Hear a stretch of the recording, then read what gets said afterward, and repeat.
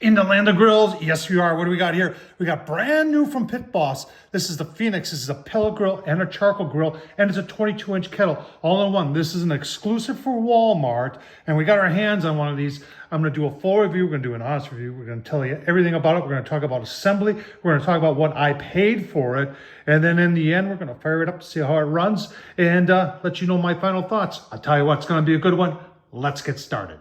All right, we'll talk briefly about assembly.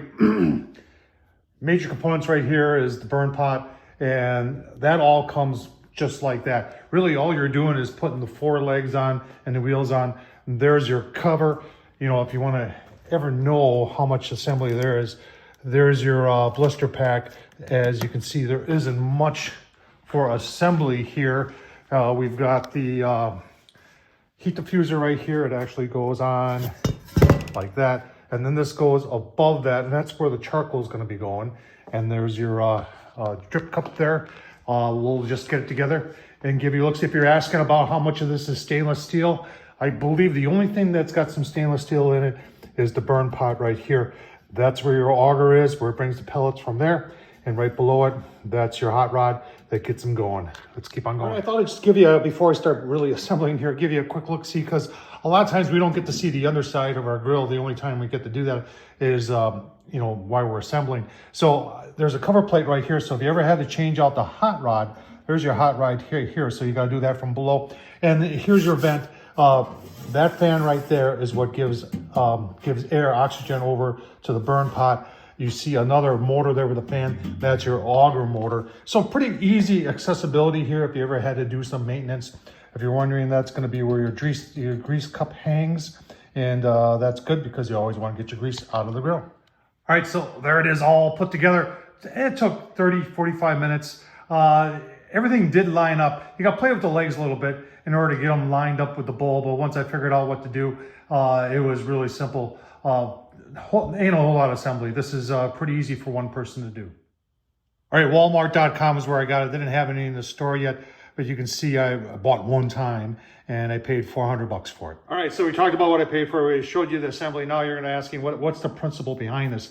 Well, if you look in the back there, we got the Rectech Bullseye Deluxe, and these two share a lot of similarities in the fact that that's also 22-inch, a lot of stainless steel there, and it's a pellet grill, whereas this is 22-inch, not any stainless steel, very little. And but they took it Pitboss took it one step further and said, yeah, we're going to make ours so you can use charcoal and pellets. And you're saying, well, at the same time or together, you know, separately or whatever. And I think you could do a little bit of each. Been watching Tom Horsman on YouTube. You can see I've been playing around also with the Rectech using charcoal and pellets at the same time pretty successfully. So I think Pitboss is saying, hey, I think we see something there in the Rectech. And I'm not saying they're stealing their ideas. They both did by using the 22-inch kettle. So if you're wondering, is this compatible with Weber stuff, Weber 22-inch kettle stuff? Let's find out. Well, the answer is yes. This is an older kettle lid, but it fits on there.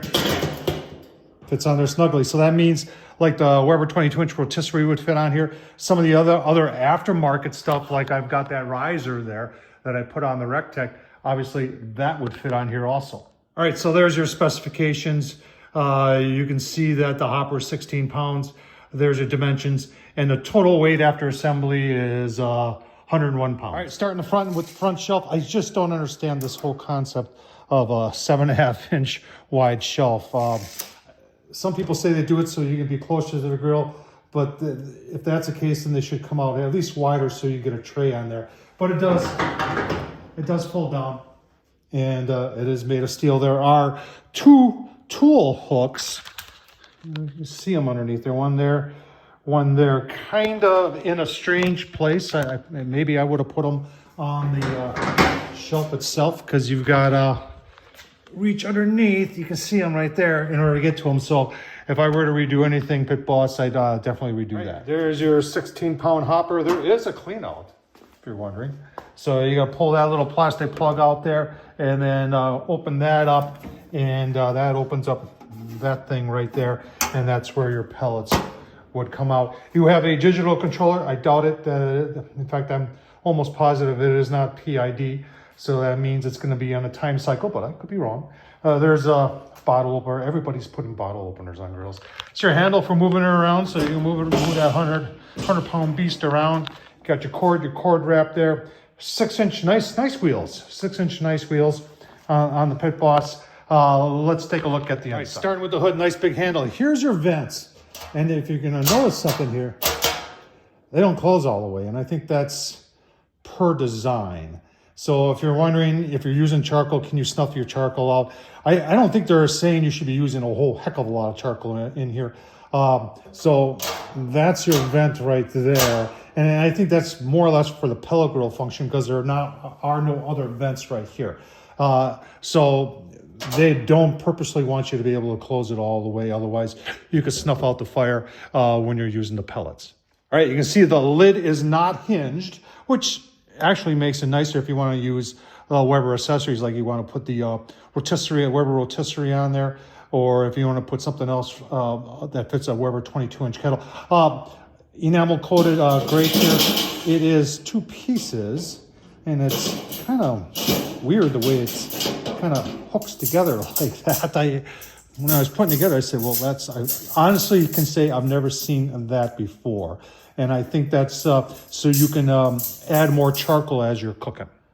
All right, down below this is your charcoal tray, but it also stays in place when you're using the pellets. You can see you got 4 points of contact for your grill grate, and then your RTD probe, which goes back to the controller. It tells what the temperature is, and I like that because that's right at the grill grate. So when you're seeing the temperature on there, it should be grill grate temperature at that point right there. All right, so this whole thing just comes off, and you got some heat baffles in there. Like I said, this stays in place when you're using the pellet option, and it also obviously stays in place when you're using the charcoal option. All right, now there's your steel heat diffuser that just fits like that. It's got 4 legs there that fit in these 4 slots like this. Now, when you're using it in the charcoal mode, you remove this, and that's how it uses the pellets to light the charcoal. Now, someone's going to say, can you use the pellets and the charcoal at the same time? And from what I read in the instructions, the answer to that is no. You're just using the pellets and the blower to get the charcoal going, right? You can notice this whole bottom here is porcelain coated. This whole thing is porcelain coated enamel, and it is sloped to this slot right there, which goes down to your grease bucket right there. All right, talking about the controllers, your controller is 2 probe ports. It does come with 1. You got P and C. P means you're cooking pellets. C means you're charcoal. You do have a prime button, and they do have a P setting. So P setting when you're at your lowest setting, and that's to change the timed cycle. So you get either less smoke or more smoke. Let's just see what happens when we turn it on here. All right, NOP means there's no probes. If I plug the probe in, it would mean there was a probe going in there. To change the temps, you push this, and you can see we're at 350 right now. It goes to 500 on the high side. On the low side, it goes, can you see that? It goes low, and then 185. So let's go 225 here, and press the button again, and it should be set. And then we will hit the prime button a little bit to help get our pellets through there a little bit. But I just want to show you that hot rod because I can see already the glow from it. So that right there, that glow, that's the hot rod. That's what's going to get your pellets going. All right, and we got fire. Now everything else goes back on. Heat diffuser. Be careful that gets hot. And we're going to put everything back on there, and we're going to burn this in for about 30 minutes, turn it up to 300. All right, been sitting at 300. It does count in 5-degree increments, so I just went from 300 down to 295. I did put 3 of my pucks in there. We'll just take a look and see how that's doing. You see 1 puck right in the front there is 300, and then we're about 325 there and about 275 there. So warmest over there, dead on right there, and a little low right there. I am going to shut this down because I want to show you how the charcoal option works. All right, so on pellet mode, it worked pretty good. We had it on 225, it held 225 pretty good. 300, you saw what it did on the pucks. I turned up to 500, it went to 500. So, and then to shut it off, you hit the the P button again, which is the pellet button. Remember, there's a P and a C. Now this time we're going to be playing with the C button. And in order to do that, you got to do some prep work here. So you got to take the charcoal tray off. Remember, you leave this on when you're using the pellets. And then we're going to take off flame tamer. And then we're going to reinsert this. Now, it sits on that flame tamer, so you just got to play around with it a little bit here, because it's going to rest on the sides of the grill there, just like that. And then it says to put 1 or 2 layers of charcoal down. Remember, it's going to be using the pellets, which the flame will be coming up right through here. So that's where the flame is going to be to get your pellet started, get your charcoal started. So I'm just going to do maybe a layer right in this area just to see how it works. Or so you can see how it works. Or so we can all see how it works. All right, so we just pressed and held the charcoal button, and you can see we're at charcoal. So what it's going to do, it's going to fire up those pellets. I just got some B&B in there, maybe about 10 of them. Just want to see how well this works. All right, so while we're waiting here, people are going to ask, can you use the charcoal and the pellets at the same time? And to ignite them, so if you want to go from pellets to charcoal and you want to ignite your pellets, if it's still hot enough to ignite it, they'll ignite. So, you know, if you want to throw a couple chunks of, say if you want to put a split or 2 in there, I don't know why you couldn't, but they have instructions in the manual for going from charcoal to pellets to charcoal, and a lot of it depends on taking this off. So if you're cool enough where you want to go from pellets to charcoal, you would have to take this off in order to get the charcoal lit. If it's still like, if your grill's above 350 degrees, chances are pretty good the charcoal will start on its own. Same if you want to go from charcoal to pellets, they're saying you got to put this thing back on, otherwise you won't have good control over your temps. But as you can see, we're starting to get smoke, so we'll have flame pretty soon. See how this works, and over time we will be playing around with this. I think it's an interesting concept. Like I said, we've been playing around already using charcoal on the old Rectech over there. So let's get this fired up and see how it does. All right, we got fire, so you can see how it's going to light just in the center of the charcoal. So per the instructions, you're supposed to leave the lid off. I never showed that there's a hanger there, so you can hang the lid. And they say this is kind of like a time cycle, and I don't know how long. It doesn't say how long that time cycle is, but apparently it's supposed to get the charcoal going. So we'll just keep on watching. I've been kind of timing it. We're I would say about 4 minutes in. Keep on going. Like I said, it doesn't tell you how long this cycle is, but just you know, an observation here is that there is no direct flame hitting that charcoal. It's all going to be through like infrared.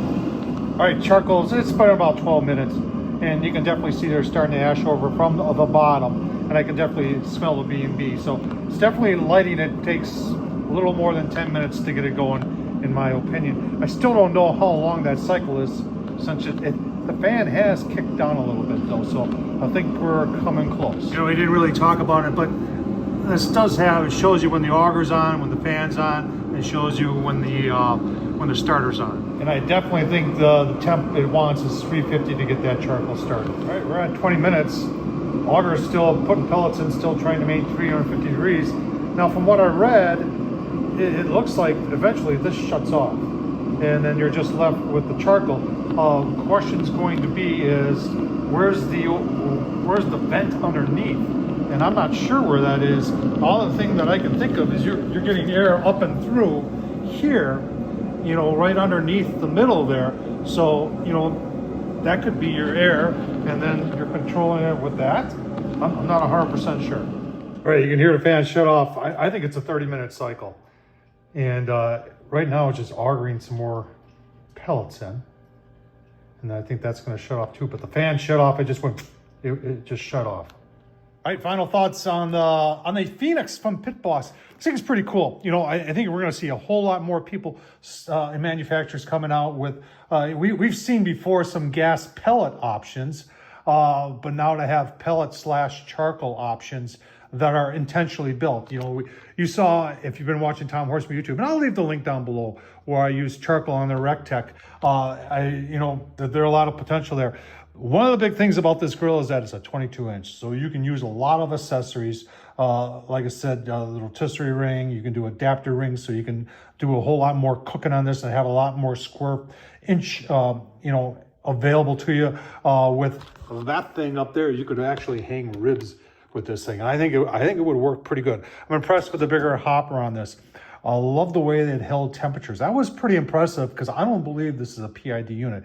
Did very, very nicely. The using the pellets to light the charcoal, I think it's kind of a novelty in my opinion. But even though the instructions say you can't use the pellets and the charcoal together at the same time, I definitely can see a snake method around the outside, staying like from here to here away, so you're not affecting the too much of the heat at the heat probe there. But just using the pellets, 225, and then just have a snake method going around and maybe light both sides and let that maybe have a chunk or two of wood in there to give some extra smoke, charcoal and pellets all at the same time. Oh man, I think that would be the real deal on this grill. For the money, I think it's worth it. We got that guy over there. The Deluxe is pretty expensive compared to this. Tom Horsman of YouTube. Folks, if you haven't subscribed, please subscribe. If you want to support the man, there's super thanks down below. Buy me a beer. Thanks for watching, folks.